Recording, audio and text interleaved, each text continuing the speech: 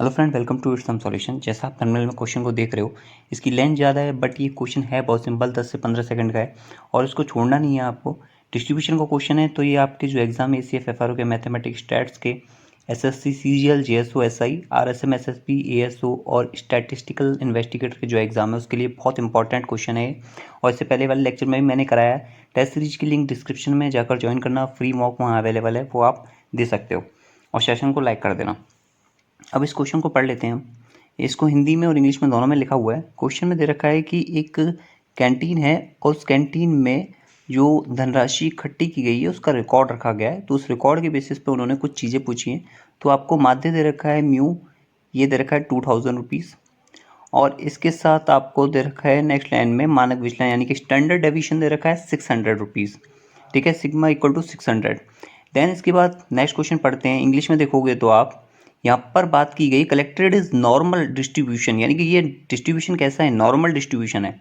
अब यहाँ normal distribution है तो आपको पता ही है कि नॉर्मल डिस्ट्रीब्यूशन के लिए एक कंडीशन होती है, वो है z equal to X minus के म्यू अपॉन में सिग्मा।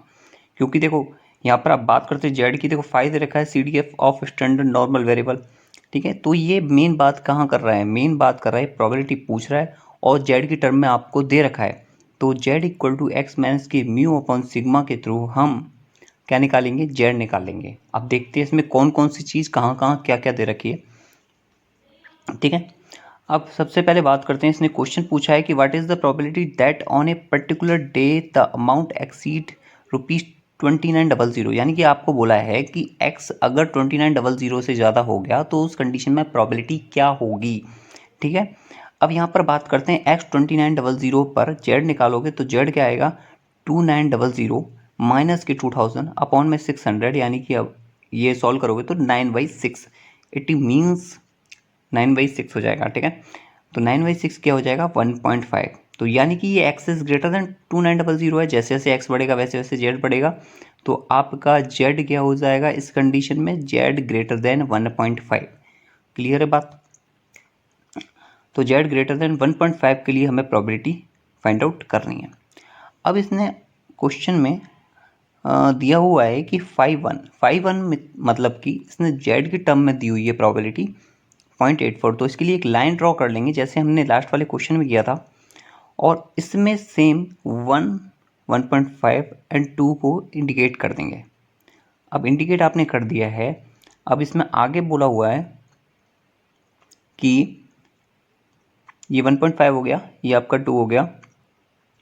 ठीक है, अब आपको यहाँ पर 1 की वैल्यू दी हुई है, 1.5 की दी हुई है। 1.5 की कितनी दी हुई है 0.93, क्योंकि हमें मेन उसी के साथ आसपास काम है।